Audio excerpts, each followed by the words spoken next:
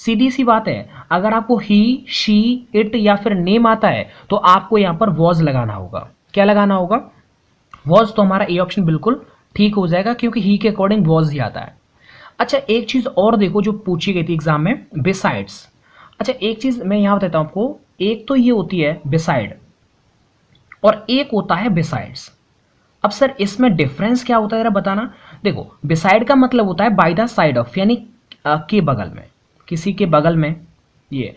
और बिसाइड्स का मतलब होता है के अतिरिक्त। राइट, मैंने आपसे कहा कि besides the Ramayana I have the Gita. इसका मतलब है कि रामायण के अतिरिक्त मेरे पास गीता भी है। अब इसका मतलब ये हुआ कि गीता तो है लेकिन उसके साथ साथ रामायण भी है। तो बिसाइड्स का मतलब होता है कि अतिरिक्त, यानी कि जो दे रखा है, यानी इसका मतलब है उसके पेरेंट्स के साथ साथ वह भी पार्टी के फंक्शन में जो था प्रेजेंट था। तो इसका मतलब हो गया कि उसके पेरेंट्स के साथ साथ वो भी था। लेकिन एक वर्ड और होता है, वो मैं आपको बता देता हूं। एक होता है एक्सेप्ट। क्या होता है? एक्सेप्ट। वो इसका ऑपोजिट होता है, एक तरह से मैं कह सकता हूं ऐसे, एक्सेप्ट। अब उसका भी मतलब क्या होता है? के अतिरिक्त होता है। लेकिन देखो, बिसाइड्स के अंदर तो कोई जो बंदा होता है के अतिरिक्त, यानी कि वो जोड़ा जाता है। लेकिन एक्सेप्ट के अंदर क्या होता है? इसका मतलब है के अलावा। बोला कि except Mohan I like all the boys. क्या बोला मैंने? कि एक्सेप्ट, लिख देता हूं, except Mohan I like Sohan, ये लिख दिया। Except Mohan I like Sohan. अब इसमें क्या हुआ कि देखो, एक्सेप्ट लगा दिया, इसका मतलब है कि मोहन को छोड़ करके मैं सोहन को लाइक करता हूं। ठीक है, एक्सेप्ट का मतलब होता है के छोड़ करके। अगर यहां पर मैं ये कर देता कि बिसाइड्स कर देता, तो इसका मतलब है कि besides Mohan I like Sohan, यानी कि मैं सोहन को तो पसंद करता हूं, उसके साथ साथ मोहन को भी पसंद करता हूं। तो बिसाइड्स का मतलब होता है कि जो ऑप्शन दे रखा है जो उसके पीछे, वो भी उसके साथ ऐड है। और एक्सेप्ट का मतलब होता है कि जो दे रखा है वो उसमें ऐड नहीं है। आई होप दोस्तों क्लियर समझ में आ गया होगा। चलिए नेक्स्ट चलते हैं। The thunder was accomplished dash a heavy rain. अब इसके अंदर आपको प्रीपोजिशन लगानी है। तो देखो, बहुत इजी क्वेश्चन आते हैं, ज्यादा टफ नहीं आते। ये एयरफोर्स और नेवी का ये सिलेबस होता है। अब हमेशा याद रखो कि अकम्प्लिस्ड के बाद बाई आता है। क्या आता है? बाई। ये हमेशा याद रखो, यानी बी ऑप्शन वाला बिल्कुल सही हो जाएगा। क्लियर है? नेक्स्ट देखो, चूज द मिसस्पेल्ड वर्ड। अब आपको इसमें यह बताना था कि मिसस्पेल्ड वर्ड कौन सा है। इसमें हमारे पास 4 ऑप्शन है और चारों में से आपको बताना है कि गलत कौन सा है। तो मैं आपको बताना चाहूंगा कि इनमें जो गलत है वो डिस्पैरिटी है, ये नहीं होता। इल्यूजन, ये बिल्कुल सही है। इनएबिटेबल, ये भी ठीक है। और मिडल, ये भी सही है। बट डिस्पैरिटी, ये सब नहीं है। Next, the things of beauty is a joy for ever. अगर इस तरह का कोई प्रोवर्ब आता है तो ऐसे केस में आपको ज्यादा से ज्यादा याद करना होता है। अब यार एक बात सोचिए आप कि यहां पर अगर दे रखा है तो यानी इसका थिंग्स के पहले कुछ ना कुछ तो जरूर लगता है, ये तो कंफर्म है। अब अगर इसमें एस आ रही है, ये प्लूरल है, तो प्लूरल से पहले कभी भी ए और एन का यूज नहीं होता है। यानी कि ऐसा शब्द जिसमें एस लगा हो उससे पहले ए एन का यूज नहीं होता है। मतलब बी और सी हमारे बिल्कुल कट जाएंगे। सर कैसे रहा, समझ में नहीं आया। जैसे मैंने यहां पर कहा बुक्स। अब आपसे कहा जाए कि भाई यहां पर एक बात, यहां पर ए और एन का यूज करना है आपको, तो क्या आप कर पाएंगे? नहीं कर पाएंगे, क्योंकि एस लग रहा है और एस लगने की वजह से ये प्लूरल है और प्लूरल से पहले कभी भी ए और एन का यूज नहीं होता है। क्लियर है? अब यहां पर आप देख सकते हैं बचा क्या? दा। इसका मतलब दा ही आएगा। उसके अंदर आर्टिकल तो यूज करना है, नन ऑफ दिस तो ये तो हो ही नहीं सकता, इसलिए यहां पर दा आ जाएगा। आई होप क्लियर हो गया होगा। नेक्स्ट देखिए, इम्बैलिश। इम्बैलिश का एंटोनिम आपको बताना था। देखो, इम्बैलिश का मतलब होता है किसी भी चीज को सजाना, यानी कि टू ब्यूटीफाई बाई ऑर्नामेंटेशन। किसी चीज को सजा देना ऑर्नामेंटेशन के द्वारा, वो इम्बैलिश होता है। राइट ना? बट इसका उल्टा क्या हो जाएगा? डिसफिगर हो जाएगा। यानी कि जैसे मैं आपको एग्जांपल एक बता देता हूं कि ऐसे कह सकते हैं कि अ face disfigured by the marks of small pox. यानी स्मॉल पॉक्स के जो मार्क्स हैं उनकी वजह से उसका फिगर, फेस जो हो गया वो कैसा हो गया? डिसफिगर हो गया। मतलब एक तरह से मैं कह सकता हूं बेकार हो जाना। इम्बैलेंस का मतलब सजाना और डिसफिगर का मतलब एकदम बेकार कर देना उसे। तो ये हो जाएगा इसका ऑपोजिट। नेक्स्ट अगर हम बात करें तो ये है कि अ वेल एक्सपीरियंस्ड पर्सन को हम क्या कहते हैं? ये आपका वन वर्ड सब्स्टिट्यूशन है। तो मैं आपको बताना चाहूंगा कि अ वेल एक्सपीरियंस्ड पर्सन को बोलते हैं वेटेरन यानी कि ऐसा व्यक्ति जिसको बहुत ज्यादा अनुभव होता है, जिसको अपनी लाइफ के, जैसे मान लीजिए हमारे फादर हैं, हमारे ग्रैंड फादर हैं, उनको अपनी लाइफ का पूरे का अनुभव है, तो उसको उनको बोल देंगे veteran. Is that clear? Next देखिए, an accident which results in death, यानी कि ऐसा एक्सीडेंट जो डेथ में परिवर्तन हो गया हो। एक्सीडेंट हुआ और तुरंत डेथ हो गई होगी, है ना, ऑन द स्पॉट, तो ऐसे केस में क्या होता है, उसे बोलते हैं फैटल। इंजीरियस का तो मतलब अलग होता है कि आपका एक्सीडेंट हुआ है और आपको इंजरीज हो चुकी है, ये थोड़ा बहुत चोट वोट आ गई है। डेंजरस का कोई मतलब यहां पर है नहीं, राइट ना, खतरनाक से क्या मतलब है, और टेरिबल भयावह इसका कोई मतलब नहीं, तो मतलब हो गया फैटल। फैटल का मतलब होता है कि एक्सीडेंट होने के बाद जब डेथ हो जाए तो उसको बोलते हैं fatal. He has purchased a bag of, यानी कि उसने एक बैग खरीदा है। अब किसका बैग खरीदा है, देखो फ्लोर का हो सकता है, नहीं, बताइए आप, ये जो बैग है वो किसका है, फ्लोर का, यानी कि आटे का। किसका, आटे का, राइट ना।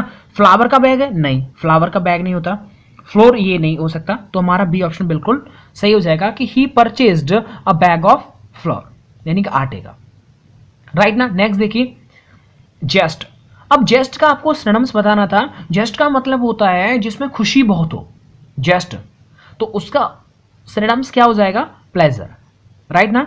डिस्टेस्ट हो नहीं सकता, फ्लॉप हो नहीं सकता, इन सर्कल्स नहीं हो सकता, यानी कि जस्ट का हो जाएगा प्लेजर। नेक्स्ट देखिए, he will never pass hard he may try, यानी कि वो कभी पास नहीं होगा अगर वो किसी तरह से उसने बहुत हार्ड वर्क नहीं किया तो, यानी कि इसका मतलब है हाउ एवर हमारा बिल्कुल सही हो जाएगा।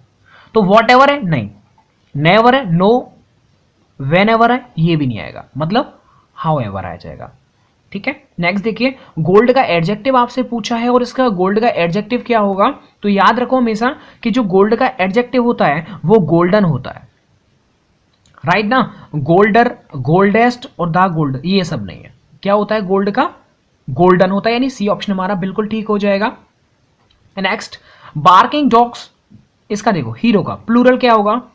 देखो एक बात सोचो, आपने एक चीज तो देखी होगी कि जब आप गो में क्या लगाते हो, एस लगाते हो या ई एस लगाते हो, ई एस लगाते हैं ना अपन लोग, तभी तो वो गोज बनता है। जैसे ही गोज टू टेम्पल, टेंसेस में पढ़ा होगा, तो याद रखो अगर ओ आ जाए तो उसके पीछे आपको क्या लगाना होता है, ई एस लगाना होता है। तो यहां पर क्या आ रहा है, ओ आ रहा है और उसका जो प्लूरल बनेगा वो ई एस लगाने से होगा, मतलब डी ऑप्शन हमारा बिल्कुल सही हो जाएगा, क्योंकि देखो ओ आ रहा है और ओ के बाद ई एस लगता है, एस नहीं लगता, तो देखो ये ऑप्शन गलत हो जाएगा। हीरोइन, नो, इसका तो ये प्लूरल थोड़ी होता है, राइट ना, और हीरोज ये सब गलत है, यानी ये हो जाएगा। अब यहां पर एक कंफ्यूजन सबसे बड़ा ये होता है कि जो टीचर्स है ना उनको ये ज्ञान की बात सुनो, बाकी एग्जाम वालों के लिए इतना नहीं, उन्हें सिर्फ उनको सिर्फ इस चीज को देखना है कि वो सब क्या करना है। आपको एक बात बताएं, आपको हमेशा याद रखना होगा, देखो ये क्या है, गो, ये वर्ब की क्या है, फर्स्ट फॉर्म है, क्या है, फर्स्ट फॉर्म, यानी कि जो भी वर्ब की फर्स्ट फॉर्म होती है वो कैसी होती है, प्लूरल होती है। क्या होती है, प्लूरल। अगर आप वर्ब की फर्स्ट फॉर्म में एस या फिर ई एस लगा देते हैं तो जो बनती है ना वो हमेशा क्या बन जाती है, सिंगुलर बनती है। क्या बनती है, सिंगुलर। यानी कि मैं ये कह सकता हूं कि वर्ब में अगर ई एस या फिर एस लगाएंगे तो जो वो बनेगा ना वो क्या बनेगा, सिंगुलर बनेगा। लेकिन यदि आप किसी नाउन में, जिसे आप अपनी आंखों से देख सकते हैं, अगर आप उसमें अगर आप एस लगा दोगे तो वो चीज प्लूरल बन जाएगी, है ना, बड़ी मजेदार बात। यानी कि नाउन जिसको आप आंखों से देख सकते हैं उसमें एस लगाने से बन जाता है प्लूरल, लेकिन वर्ब की फर्स्ट फॉर्म में एस और एस लगाने से बन जाता है सिंगुलर। तो यहां पर ये बात याद रखनी है, हीरो है मैं देख सकता हूं आंखों से, इसलिए ये नाउन है और नाउन को प्लूरल बना दिया ईएस लगा करके, लेकिन वर्ब की फर्स्ट फॉर्म ऐसा नहीं, गो यहां पर आप टेक ले लो। अब इसमें क्या किया मैंने, इसमें एस लगा दिया। याद रखो वर्ब की फर्स्ट फॉर्म हमेशा प्लूरल होती है, उसे सिंगुलर बनाने के लिए हम उसमें एस या फिर ई एस लगा देते हैं। अब ये जो टेक्स्ट बना है वो क्या बना है, सिंगुलर बना है। क्लियर है ना, ये इसमें डाउट नहीं रहना चाहिए आपको किसी तरीके से। अगर आपको नहीं समझ में आया तो मैं एक बात आपको क्लियर कर देता हूं कि क्वेश्चन ये भी बन जाता है कि सर ये बताइए, अब आप समझ जाएंगे कि ही डज हिज वर्क। अब आप कहेंगे सर ही के साथ डज क्यों आता है? अब आप बता सकते हैं कि सर डू ये तो फर्स्ट फॉर्म है और सब्जेक्ट वर्ब एग्रीमेंट में सिंगुलर सब्जेक्ट के साथ सिंगुलर वर्ब आती है। जैसे आपने पढ़ा हुआ he is my brother, he is my brother, singular है इसलिए यहां पर सिंगुलर वर्ब आई है। भाई अगर सब्जेक्ट वर्ब एग्रीमेंट है इसलिए तो सिंगुलर आया, इसका मतलब है इसके साथ भी सिंगुलर वर्ब भी आएगी। अब वर्ब की फर्स्ट फॉर्म तो प्लूरल होती है, अगर हम वर्ब की फर्स्ट फॉर्म में ईएस लगा देंगे तो जो वो वर्ब बनेगी ईएस वाली वो कैसी हो जाएगी? सिंगुलर। इसका मतलब है कि यार सही बात है कि सिंगुलर के साथ सिंगुलर यूज किया जाता है, इसीलिए हम हमेशा याद रखो कि ही शी इट और नेम के साथ, क्योंकि ये सिंगुलर है इसलिए हम हमेशा डज का प्रयोग करते हैं और एस और ईएस लगाते हैं वर्ब की फर्स्ट फॉर्म में।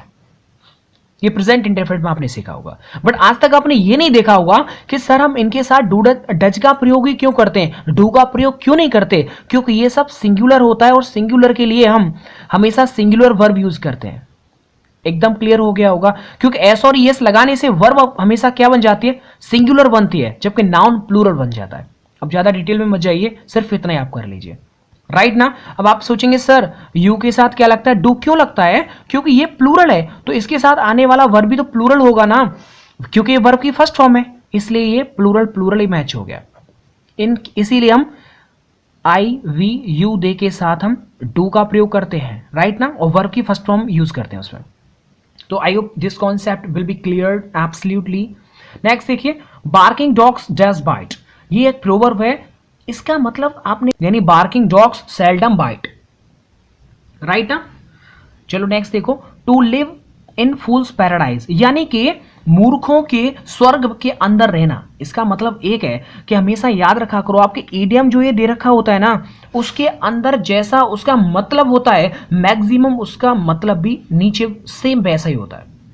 अब यहां मूर्खों की बात हो रही है तो इसका मतलब क्या हो गया कि to have an absolutely false conception, यानी कि जो विश्वास है वो पूर्ण रूप से क्या है? गलत है। तो इसका मतलब ए ऑप्शन ही हमारा बिल्कुल सही हो जाएगा कि the teacher said to me be regular and learn your lesson daily. ये आपको डायरेक्ट दे रखा है, इसका इनडायरेक्ट आपको 4 ऑप्शन के अंदर नीचे दे रखा है।